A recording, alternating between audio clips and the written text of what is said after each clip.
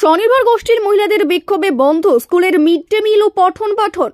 সকালে স্কুলের বাইরে দাঁড়িয়ে সালতোড়া পশ্চিম চক্রের ভাদাসপুর প্রাথমিক বিদ্যালয়ের ছাত্রছাত্রী ও শিক্ষক মহাশয়রা, কারণ স্কুলে স্বনির্ভর গোষ্ঠীর মহিলাদের রান্না করাকে কেন্দ্র করে বিক্ষোভ, যার ফলে বন্ধ স্কুলের মিড ডে মিল ও পঠন পাঠন। ওই এলাকায় 9টি স্বনির্ভর দল থাকলেও স্কুলে রান্না করে আসছে মাত্র একটি স্বনির্ভর গোষ্ঠী। অপর 8টি স্বনির্ভর গোষ্ঠীর মহিলারা এদিন শিক্ষকদের স্কুলের তালা খুলতে বাধা দেয়। তাদের দাবি, তাদেরকেও স্কুলে রান্নার সুযোগ করে দিতে হবে। বারংবার তারা স্কুল কর্তৃপক্ষ এবং বিডিওকে লিখিত জানিয়েছেন। সুরাহা না মেলায় বাধ্য হয়ে এদিন তারা বিক্ষোভে সামিল হন। আমাদের গোষ্ঠীর মহিলাদেরও এই কাজে নিযুক্ত করতে হবে, নচেত আমাদের এই আন্দোলন চলবে। অন্যদিকে দীর্ঘদিন ধরে কাজ করে আসা স্বনির্ভর দলের গোষ্ঠীর মহিলারা তাদের দাবি, তারা প্রায় 10 বছর ধরে এই স্কুলে মিড ডে মিলে রান্নার কাজে যুক্ত রয়েছে। কিভাবে তারা ছেড়ে দেবে সেই নিয়ে শুরু তরজা। যদিও স্কুল শিক্ষকদের দাবি বিষয়টি আমাদের হাতে নেই। ঘটনার সম্পর্কে অবগত করা হয়েছে বিডিও সাহেবকে। ছাত্রছাত্রীরা বাইরে রয়েছে কেন? এই রান্নার ব্যাপারে রান্না নিয়ে অনেক ঝামেলা হচ্ছে। অনেকদিন থেকে আমরা সব জায়গায় বলা হয়েছে যে আমাদেরকে দেখুন, আমরাও রান্না করবো স্কুলে, ওরা করছে আমরা কেন পাবো না দিয়ে বলা হয়েছে। তারপরে বলছে হ্যাঁ ঠিক আছে, আমরা দেখছি। বিডিও স্যারও বলেছে আমরা দেখছি। দিয়ে আমরা সেদিন গিয়েছিলাম, দিয়ে স্যারও বলছে দেখছি। সব জায়গায় সবাইকে বলা হয়েছে, কিন্তু দেখছি। ওই জন্যই তো অত দূর আমাদেরকে দৌড়ানো হয়েছে। 8টা, সব নিয়ে 9টা। আর একটা পুরোনো গ্রুপ, তাদের নিয়ে 9টা, 8টা গ্রুপ আমরা রান্না করছি। তারাই করছে।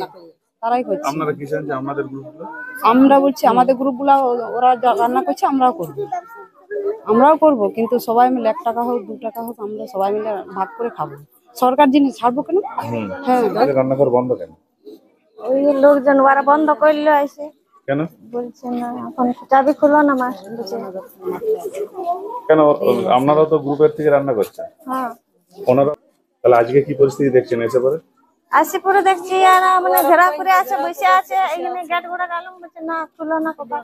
তাহলে কি আজকে রান্না হবে না? স্কুলে খুলে নেই তো কি করে রান্না হবে? স্কুলগুলো তো বন্ধ রয়েছে। কোথাও তো বন্ধ না, এখানেই বন্ধ আছে। আমাদের এসে আমরা একদম সাইড করে এসে বলি চাবি খুলবো, বলছে না চাবি খুলো না।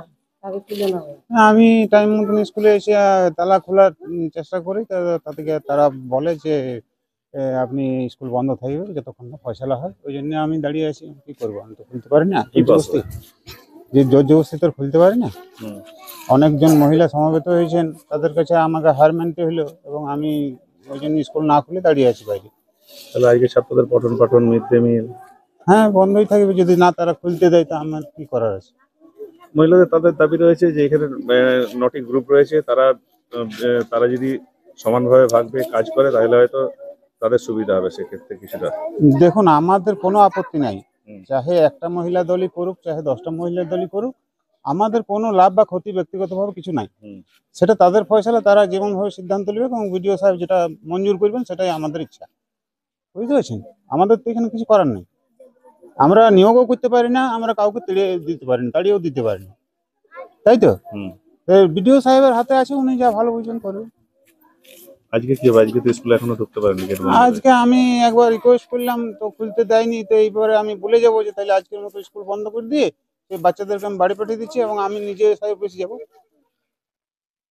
এই সমস্যার সমাধান কি হবে? এই অফিসের সমস্যার সমাধান একমাত্র বিডিও সাহেব, এসআই সাহেব তারাই করবেন, আমাদের হাতে কিছু নেই। তাহলে আজকে স্কুল বন্ধ করে দিতে হবে? আজকে স্কুল বন্ধ করে আমি এখন এসআই অফিস যাবো।